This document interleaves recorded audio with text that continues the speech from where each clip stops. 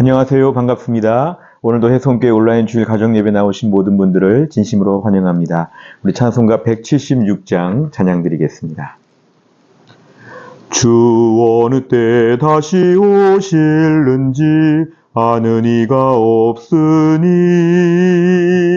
등 밝히고 너는 깨어 있어 주를 반겨 맞으라.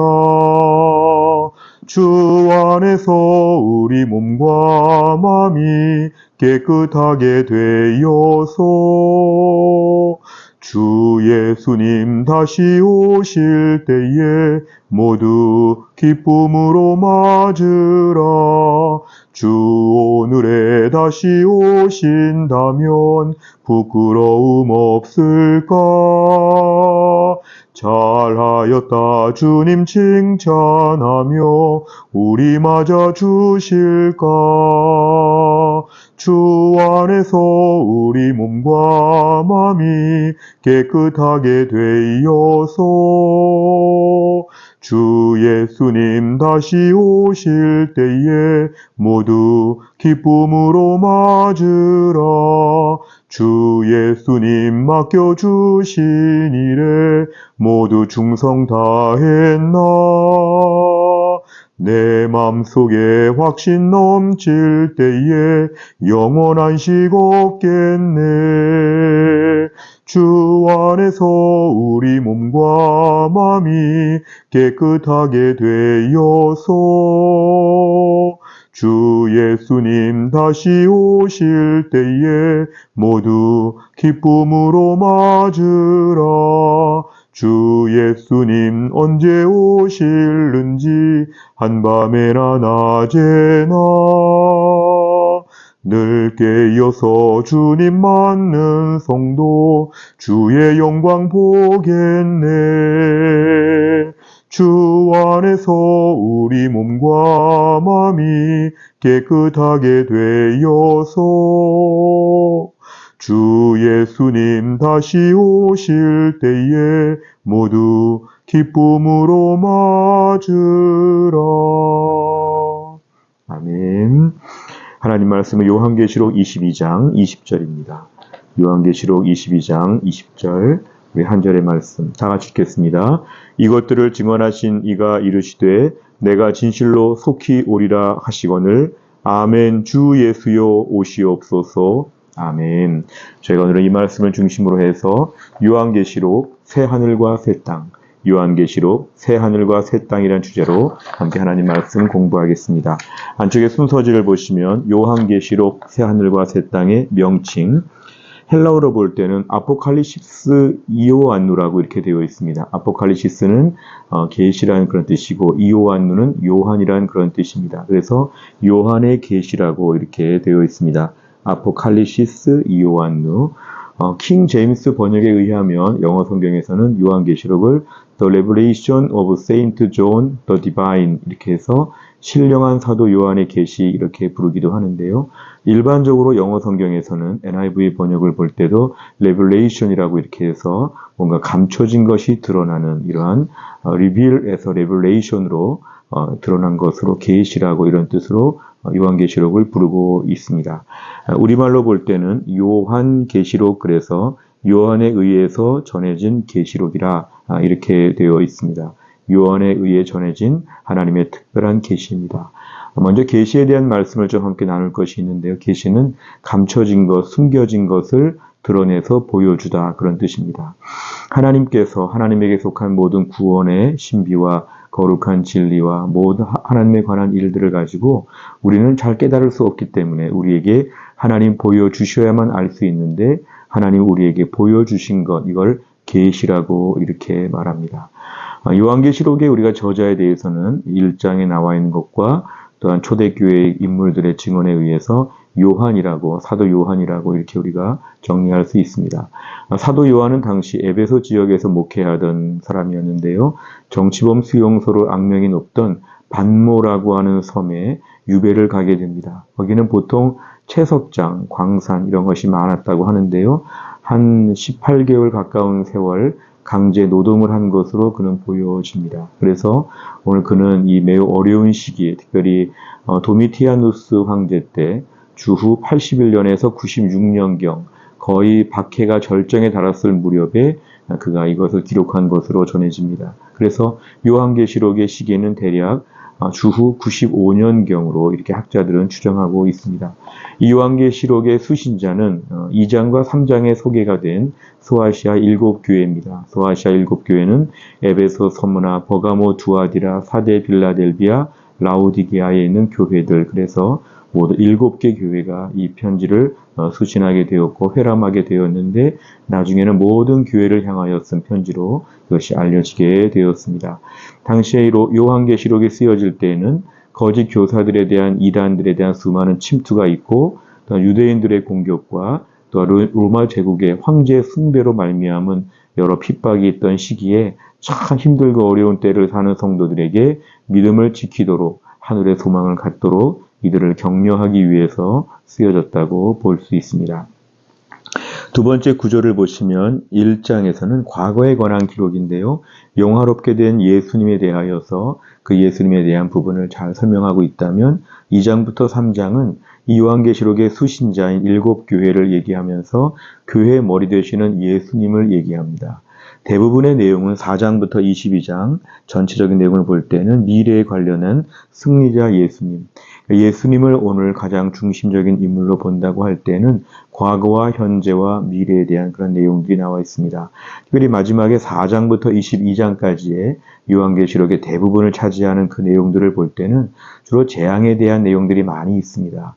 너무 어려운 비유와 또 숫자적인 상징들이 많이 있어서 우리가 좀 어렵다고 생각은 되지만 일단 아주 간단하게 말하면 재앙에 관한 재앙들이 많이 나와 있는데 그 재앙들 중에 7인, 7나팔, 7대접 이 셋을 좀 저희가 외우면 좋겠습니다. 7인, 7나팔, 7대접 각각 이제 하나씩을 이제 진행하면서 벌어지는 수많은 사건들이 다 재앙으로 펼쳐지게 되는데요. 4장부터 8장까지는 주로 7인, 8장부터 15장까지는 주로 7나팔, 16장부터 22장까지는 7대접. 그래서 각각의 7개씩이 하나씩 이제 펼쳐지면서 이 땅에 어떠한 재앙들이 임하는지를 보여주고 맨 마지막에는 새 하늘과 새 땅에 대한 말씀들이 중심적으로 주어지고 있습니다. 오른쪽으로 오시면 이제 주제에 대한 것입니다. 첫째, 지상의 교회는 전투하는 교회이다 그랬습니다. 우리가 요한계시록에서 보여주는 교회, 특별히 7교회를 볼 때는 칭찬도 받지만 책망도 받고 있는데 사실은 끊임없는 이러한 공격들이 있기 때문에 우리가 책망받을 만한 일도 있습니다. 어려움이 다가올 때 잘 응대하지 못한 부분도 물론 있는 것이죠. 지상의 교회를 볼 때는 저희는 목가적으로 또 매우 존귀한 교회처럼 이렇게 알고 있지만 현실적으로 볼 때는 전투하는 교회로서 지상의 교회라고 했습니다. 천상의 교회는 그런 게 없어졌지만 지상의 교회는 끊임없이 전투하는 교회로서의 그러한 야성, 그러한 공격에 대한 대처, 핍박과 어려움들이 있다는 걸 우리에게 분명하게 보여줍니다. 그래서 우리가 지상의 교회를 섬기면서는 너무 약하지 않도록, 너무 두려워하지 않도록, 너무 겁을 내지 않도록 우리가 담대한 게 필요합니다. 사실은 초대교회 당시나 지금까지 이어지는 교회 역사들을 보면 교회는 신기할 정도로 어려움이 계속 끊이지 않습니다. 특정한 잘못과 사건들이 있을 수 있으나 기본적으로 영적인 공격이 있기 때문에 교회는 매우 어려움이 항상 전제되어 있기 때문에 전투하는 교회로서의 우리의 야성을 약화시키지 않고 담대함을 갖는 것이 필요합니다. 왜 교회가 어려운가 이런 말을 하지 않고 교회니까 어려울 수 있다 이런 생각을 가지고 우리가 지상에 전투하는 교회에 전투하는 태세를 늘 유지하는 것이 필요합니다. 두 번째는 종말론적인 소망이 중요하다 그랬습니다. 성도는 이 땅을 살면서 믿음으로 살면서 복을 받고 또 심령의 은혜도 받고 여러 가지 좋은 것들을 많이 누릴 수가 있는데 교회의 기본적인 소망은 종말론적인 소망입니다. 이 땅에는 수많은 공격과 핍박과 어려움이 있을 때 때로는 모든 것을 다 빼앗기고 잃어버리고 다 무너지는 것처럼 아주 떨어질 때에 우리는 패배주의적인 관점이 있습니다. 아예 소망 자체가 다 없어진 것이죠. 그러나 성도에게 있어 소망은 매우 분명한데 그것이 종말론적인 소망이다. 창세기의 천지창조로부터 요한계시록의 새하늘과 새 땅으로 이어지는 하나님의 주권적인 역사가 있기 때문에 우린 종말론적인 소망을 매우 확고하게 붙잡아야 합니다. 사람에 의한 것이라면 매우 불안정한데 하나님이 주권적으로 우주 역사를 주관하시고 통치하신다면 우리에게 있는 종말론적인 소망이 매우 견고하다는 것, 오늘 초대교회 이건 매우 중요한 메시지였습니다. 세 번째를 보면 주님의 재림을 기다리며 살아야 한다 그랬습니다. 우리가 하는 소망이 무엇인가? 궁극적으로 교회의 부흥과 영광, 또 우리 삶의 아주 화려한 생활, 이런 것들을 저희는 신앙생활의 열매처럼 생각할 수 있지만 궁극적으로 우리의 소망은 예수님 오시는 것입니다. 예수님의 재림을 기다리는 것이 우리의 유일한 그러한 책무입니다. 그래서 우리는 주님의 재림을 기다리며 살기 위해서 이 어려운 때라도 우리 낙심하지 않고 믿음을 지키는 것입니다. 주님의 재림이 가장 중요한 우리의 궁극적인 기대감이 되어야 합니다. 조금 더 참고 조금 더 견디는 것은 주님의 재림의 날에 주께서 우리에게 모든 것을 벗겨주시고 하늘에 모든 영광을 주실 것이기 때문에 주님의 재림을 향해서 우리 모두가 공통적으로 함께 힘을 모으는 게 제일 중요하고 다른 것이 우리 신앙생활의 목표가 될 수 없다는 걸 우리가 분명히 알아야 합니다. 네 번째 적용을 보시면 첫째, 말세의 교회는 믿음을 지켜야 한다 그랬습니다. 특별히 교회가 믿음을 지킨다는 것은 참 어려운 일들이 많이 있습니다. 최근 코로나 3년, 4년을 겪으면서도 얼마나 교회에 집중적인 공격이 있었는지, 안팎으로 얼마나 힘든 일들이 많았는지 모릅니다. 그럴 때 교회는 시대와 상황을 핑계하지 아니하고 우리의 믿음을 지키는 것이 필요합니다. 거센 핍박 속에서도 교회는 믿음을 지키기 위해서 목숨을 거는 태도가 우리에게 필요합니다. 영적 분별력이 우리에게 매우 필요한 것인데요. 교회를 꼭 지켜야 합니다. 그러기 위해서 땀도 흘려야 되고 눈물도 흘려야 되고 어쩌면 초대교회 때 그래서 피도 흘려야 될 정도로 교회를 지키는 일에는 많은 대가가 우리에게 필요한 것이죠. 말세의 교회는 믿음을 지켜야 된다.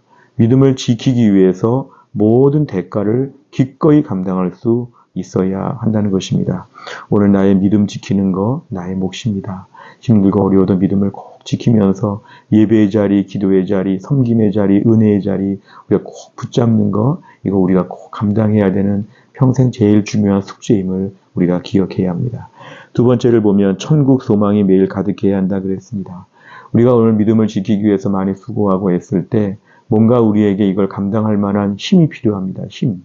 그런데 그 힘은 천국 소망으로 채워지는 것입니다. 천국 소망. 지금 비록 힘들지만 오늘 하루 힘들었지만 내일 하루 힘들어도 감당해야 되는데 이 모든 일에 있어서는 하늘의 소망, 천국의 소망이 넘쳐나야 합니다. 우리 주님 나라에 갈 때 얼마나 큰 영광을 누리게 될까? 우리 주님 만나게 될 날 얼마나 기쁠까? 하늘나라의 그 영원한 그 천국의 모습을 날마다 꿈꾸며 사는 것 이게 우리에게 필요합니다. 아침마다 밤마다 하루 종일 천국에 대한 소망으로 마음이 견고해지도록 하는 것. 어설픈 세상의 만족과 성공과 세상의 많은 기쁨에 의지하지 아니하고 천국의 소망에 더 주력할 수 있는 것들 이것이 우리에게 매일 중요합니다. 그래서 우리는 새 하늘과 새 땅에서 주와 함께 영원히 사는 것이 우리에게는 궁극적인 꿈이 되어야 합니다. 마지막 매일 깨어 있어야 한다 그랬습니다. 오늘 저희가 주님의 재림을 기다리며 우리가 기름을 준비한 그 슬기로운 5 처녀와 같이 우리가 오늘도 주님 앞에서 매일 깨어 있어야 하죠. 사실은 신앙생활이 장기적입니다. 또한 핍박은 또 매우 장기적입니다. 믿음을 지키기 위해서 때로는 어려울 수 있고 때로는 너무 평탄한 길에 또 안일하게 낙심할 수도 있고 또 안일하게 살 때가 있는데요. 우리가 오늘 매일 깨어 있다는 것은 참 중요합니다. 어제까지 깨어 있었는데 오늘 잠들어 버리지 않도록 매일매일 우리가 깨어 있어야 됩니다. 주님의 재림을 맞이할 때 부끄럽게 맞이하지 않도록 주 어느 때 다시 오실는지 아는 이가 없으나 등 밝히고 깨어 있어 기쁨으로 주를 맞이할 수 있도록 우리가 오늘도 깨어 있어야죠. 그러기 위해서 예배 시간에 꼭 지키는 거, 예배 드리다가 주님 만나는 거, 기도하다가 주님 만날 수 있도록, 말씀 보다가 주님 만날 수 있도록, 교회에 땀 흘려 봉사하다가 주님 만날 수 있도록 오늘 내가 마지막까지 깨어있는 것이 필요합니다. 잠자지 않도록, 자꾸 눈이 감기지 않도록 오늘도 우리가 마음을 지키는 것이 필요하죠. 마지막 시대에 우리의 믿음을 지키기 위해서 매일 깨어있는 것, 요한계시록에서 매우 중요한 것입니다. 우리 주님이 이제 곧 오실 것입니다. 우리 주님 오실 날 함께 기다리면서 매일매일 잠들지 않고 깨어있는 하나님 백성 다 될 수 있기를 간절히 바랍니다. 기도하겠습니다.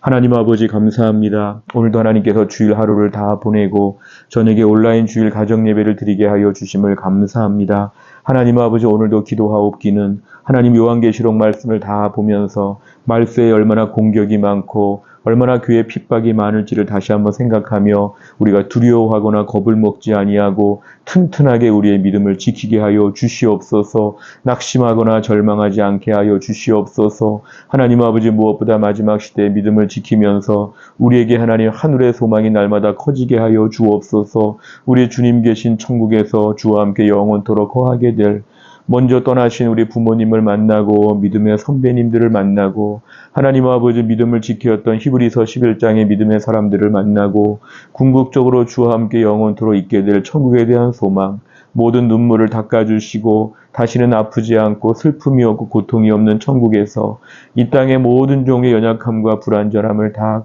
극복한 하늘나라에서 우리가 주와 함께 있게 될 하늘의 영원한 소망을 날마다 붙잡게 하여 주시기를 원합니다. 하나님 잠들지 않기를 위해 기도합니다. 눈 감지 않게 하여 주시기를 원합니다. 매일 세상의 허영과 세상의 모든 쾌락과 방탕과 교만함과 절망과 좌절과 우울함에 우리가 눈이 감기지 않게 하여 주시고 주님의 재림을 오늘도 기다립니다. 하나님 저녁에 서쪽 하늘에 하늘만 좀 이상해도 예수님이 오시는 줄 알고 기다렸던 우리의 믿음의 선조들처럼 아멘 주 예수여 어서 오시옵소서.